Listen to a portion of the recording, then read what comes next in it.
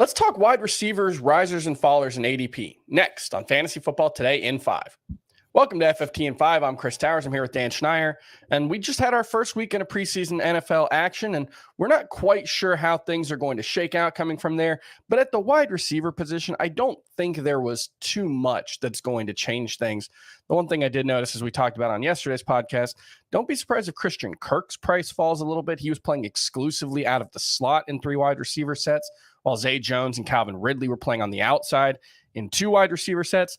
That could limit his upside a little bit, but we haven't seen any change in his price yet. One player whose price has risen in ADP, we're comparing the end of the last 2 weeks of July to the first 2 weeks of August. Calvin Ridley is up a couple of spots at the wide receiver position. Overall, it's about 6 spots in ADP, but at wide receiver, he's jumped ahead of Deebo Samuel and Keenan Allen. Now, Dan, I know you're really high on the Jaguars offense and Trevor Lawrence. Do you think it makes sense for Calvin Ridley's price to keep rising from where it's been?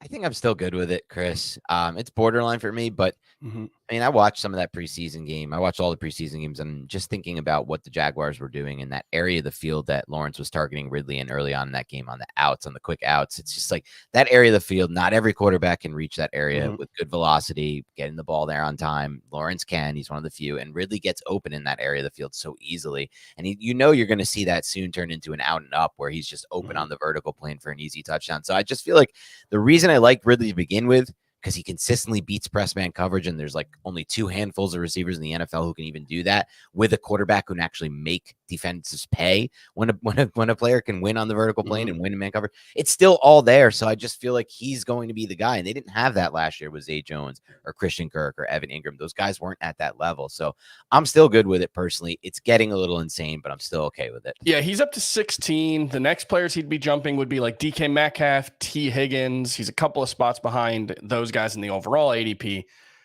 16, is that the right spot? Could he move higher for you, or he's already high? He's already higher for me than 16. Okay. Yeah, I have him ahead of guys like Metcalf. I do have Higgins still ahead of him. I'm trying to think exactly. I'm going to look right now exactly if I can get this. Yeah, it's quick. Devontae Smith, Chris Olave, and Jalen Waddle are right ahead of him, ahead of those guys as well.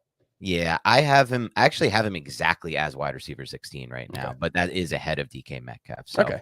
All right, let's move on to Amon-Ra St. Brown, another guy who, I mean, he was already pretty high, but he's jumped a couple more spots, up from 14.5 in ADP to 11.4. That's jumped him ahead of A.J. Brown and C.D. Lamb. Now, they're kind of a very jumbled group. You know, they're separated by 1 pick on average, 11.3 to 11.97.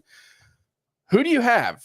How do you have those 3 ranked? Amon-Ra St. Brown, A.J. Brown, and C.D. Lamb.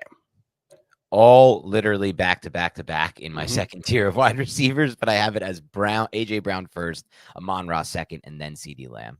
Yeah, I've got Lamb, Brown, and St. Brown in that order, but the same, it's 7 through 9 in my wide receiver rankings. So yeah, that makes sense. A couple lower end guys who've moved up.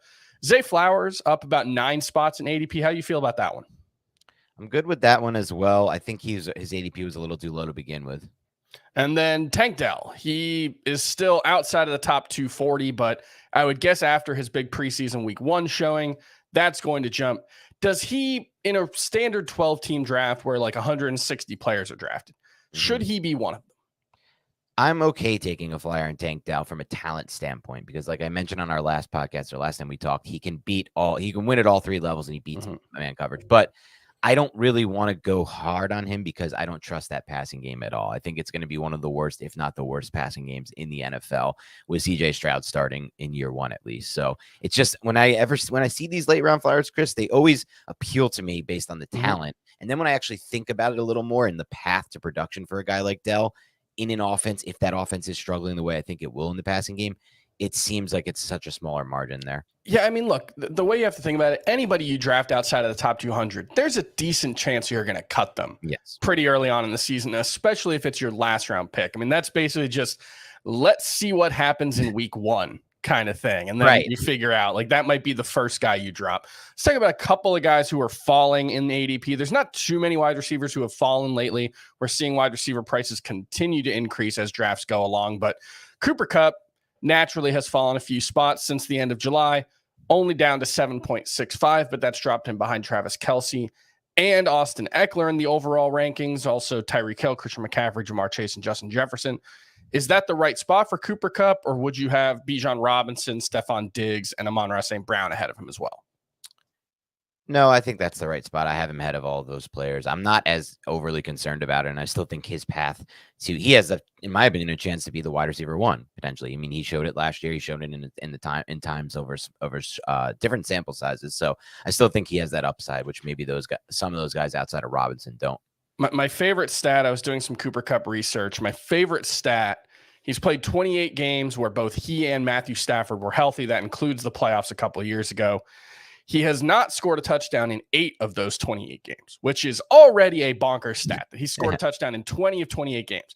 In the 8 games where he didn't score a touchdown, he's still averaging over 19 PPR points per game. That would have made him I think, wide receiver 6 last season. In games where he didn't score a touchdown, we've also got Tyler Lockett dropping a few spots. I'm on record saying that Tyler Lockett is a fantastic value already if he keeps dropping. That just means more Tyler Lockett for Chris Towers. How do you feel about it?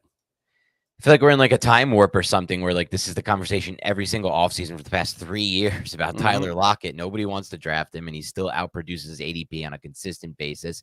I'm going to be honest with you, Chris. I don't have any shares of him yet, and I probably won't be drafting Tyler Lockett. I make this because I have all the shares year after year. But I get it, and I'm okay with it at his price. And here's the thing with his price. His ADP may be one thing, but he almost always goes after his actual ADP. Yep. Like, it seems like it's like nobody wants to pull the trigger. Yeah, so I feel like I get him in the 6th round every time, and I'm thrilled about it. Yeah, so I'm not going to knock you for it. It's not my cup of tea, but I get it.